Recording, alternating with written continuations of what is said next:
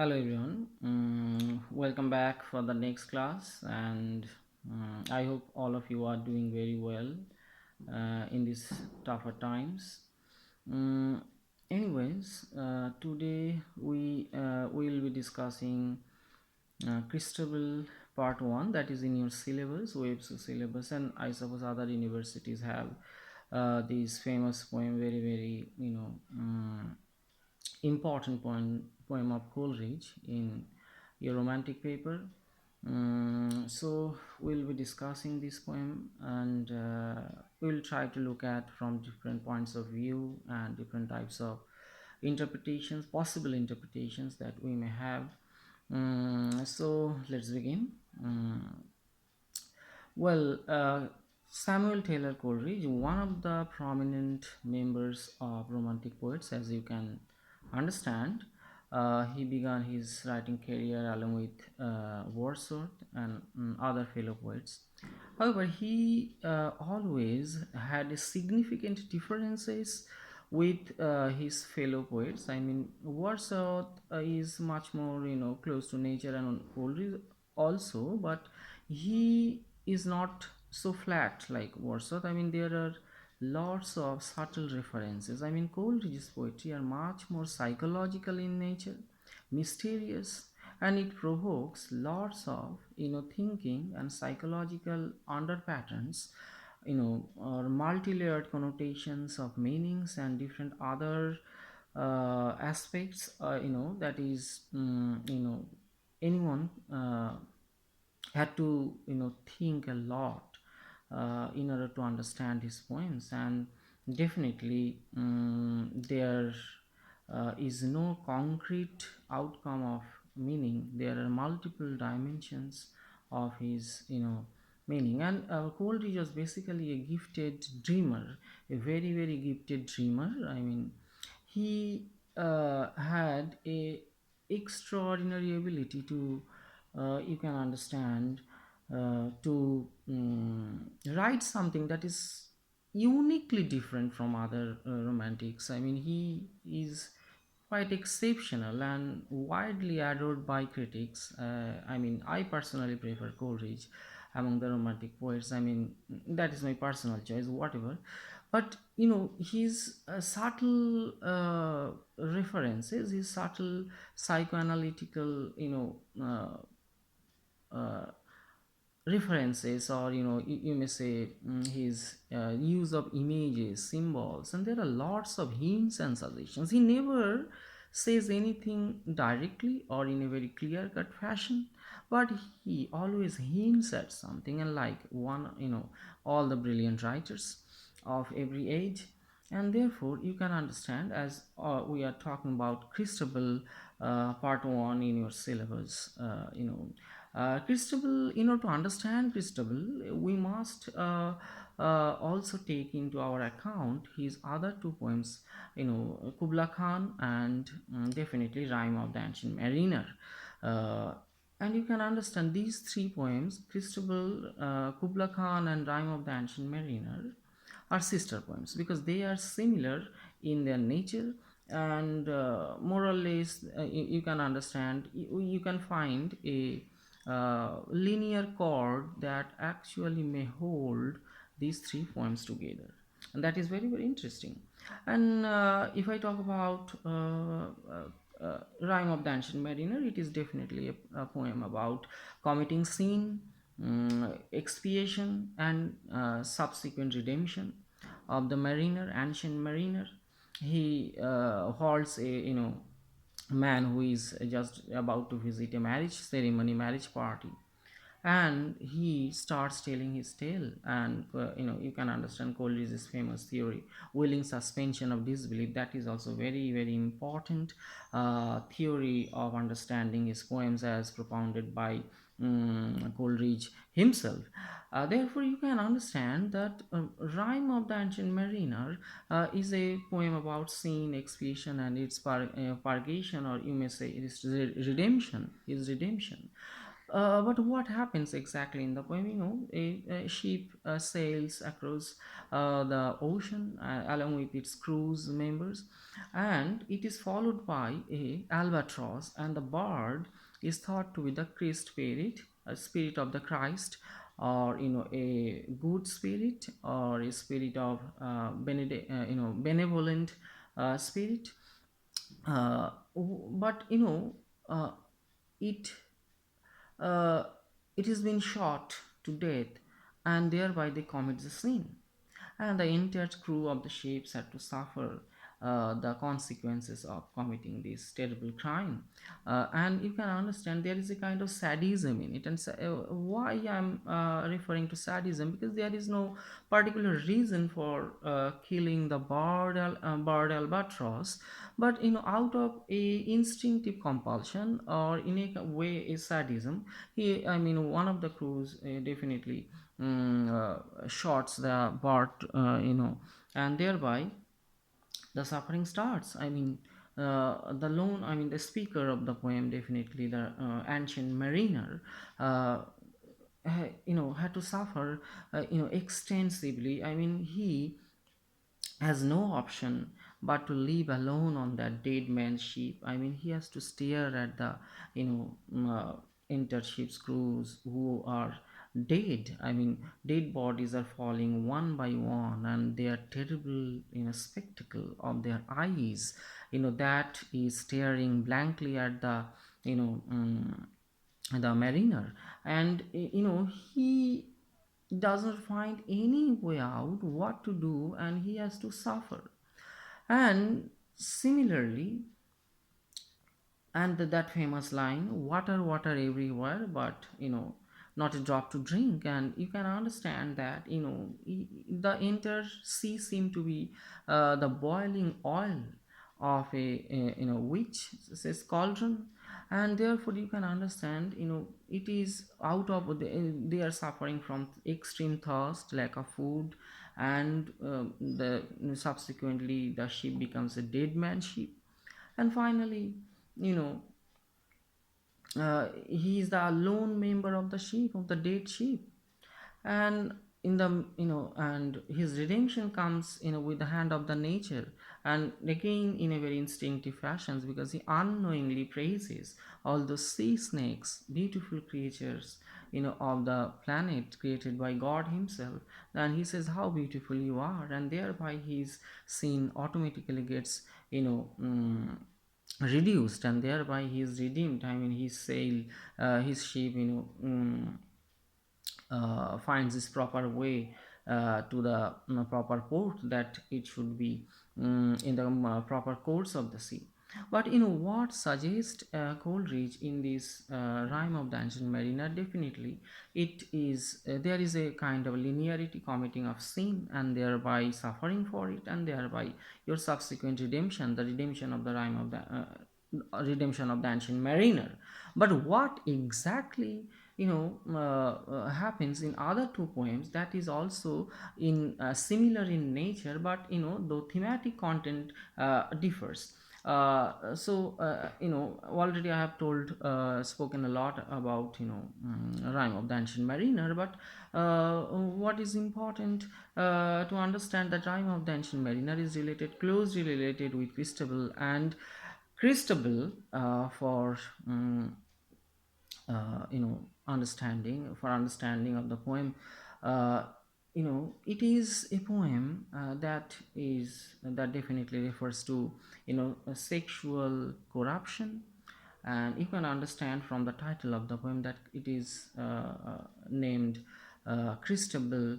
Christabel means the daughter of Christ, or you may say Christabel suggest someone who is who is simple, innocent, as well as you can understand, um, very very pure. But it is the corruption of the very innocent, very pure, very good Christabel, by evil spirit. And basically it's you can understand a kind of conflict between good and evil.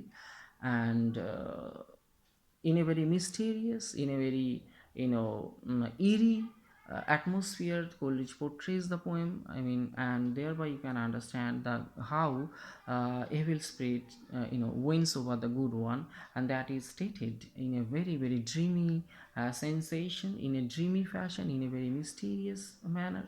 And Coleridge is writing in an age where Gothic fictions are coming into into the arena, broader arena of the readers. Readers are liking them, readers are preferring them. But Coleridge, unlike his contemporary Gothic fiction writers, he never chose that blood curdling, a very very gory detailing or straightforward narrative. Rather, he had suggested, or rather, he had chosen, a very very subtle understanding of a of horror, or subtle psychological underpinnings of horror, psychological understanding of eerie sensations that may have a permanent impact on a mature mind. That is very very important, and very, that makes his poems quite exceptional. I mean, there is a meaning always, but you cannot simply grasp the meaning in a very outright fashion. You have to struggle for it, and you don't know exactly what Coleridge intends to say, and that is very very important. And for that purpose, Coleridge uses some of the techniques that he uses: medieval ballads, and superstitions, supernaturalism, and some and definitely symbols, and all those extraordinary detailing of every as thing, right? That anyways. And in the poem we see that Christabel, the daughter of Sir Leoline, right? I mean the Baron Leoline, right? And he is the Baron and his daughter Christabel. But Christabel is seen in the poem pray out of the castle of Baron Sir Leoline, and she's praying for her uh, you know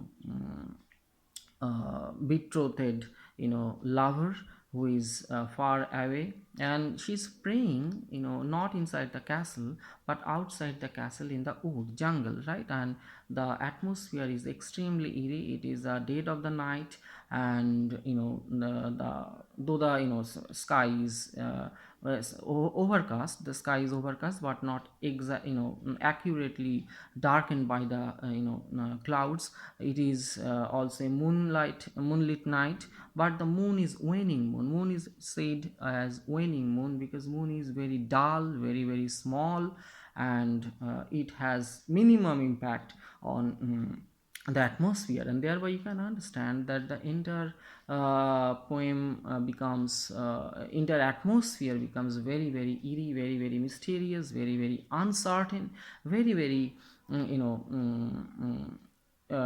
arousing suspension, and similar dimensions. And you can understand Christabel, while praying, I mean, she meets a damsel in the wood whose name is Geraldine, and Geraldine is thought to be the evil spirit who is here to corrupt Christabel. And she says a kind of apparently concocted narrative that how she has been abducted by five warriors, and how she is found herself inside the wood, because the five warriors had left her inside the wood for some unknown journey.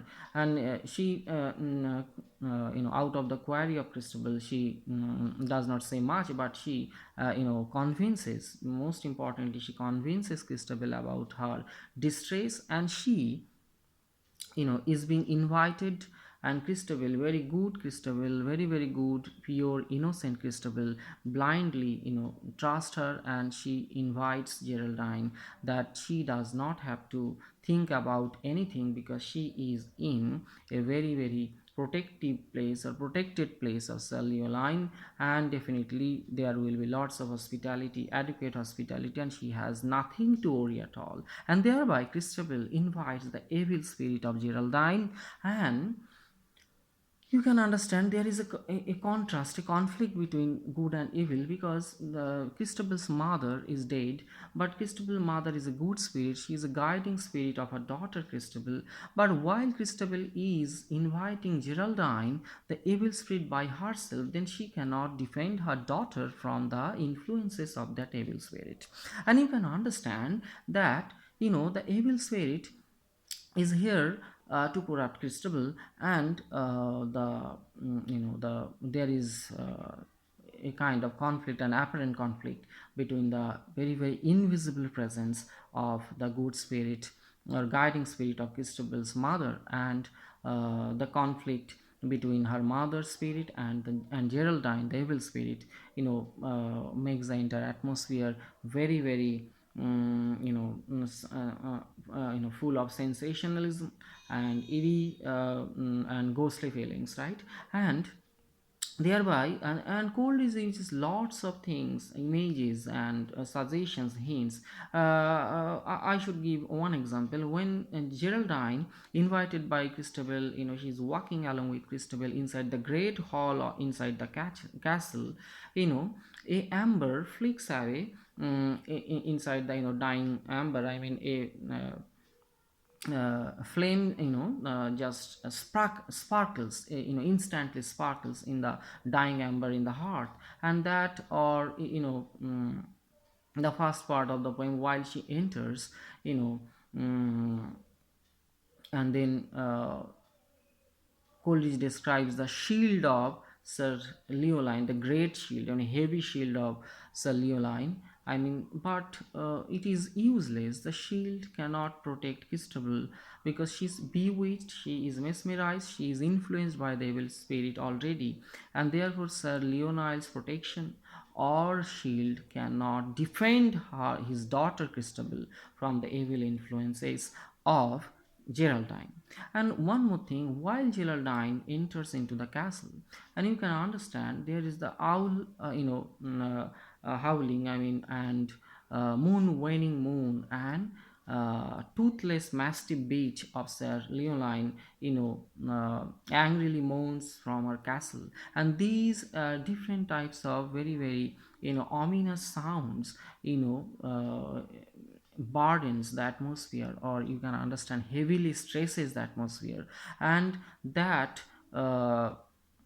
arouses a kind of eerie sensation in the mind of the readers, and it uh, you know burdens the entire background of the poem. And thereby you can understand, in the poem, Geraldine takes control of Christabel, and she says whatever, and Christabel has nothing to do but to obey her because she does not understand what is going on, right? And Geraldine uh, shares her bed in the night, and you can understand before that there are lots of things to say, because Geraldine, now when Christabel says to Geraldine that they should be thankful to Mother Mary and Jesu Maria because they are being saved from the ill omen. But what is important to understand that Geraldine says, she refuses to utter all those blessings, or that word, or pray to the divine Virgin Mother of Mary, right? And she says she is extremely weary, but she refuses to utter all those prayers, and that definitely hints at that she is a evil spirit. But Coleridge is never saying anything directly. Geraldine even in fact says to her, to Christabel's mother, that mother's spirit, that oh man, you peak and pine, right? I am right now control of your daughter, and you cannot do anything, right? And you and thereby it is the corruption of Christabel, sexual corruption, definitely, right? And Geraldine, she is being corrupted, and she cannot say it to Sir Leoline because she cannot simply say, I mean, that is the relationship between mother and child. And you can understand Geraldine replaces Christabel's mother, and she takes care of Christabel, definitely not with a definitely with a evil intention to corrupt Christabel.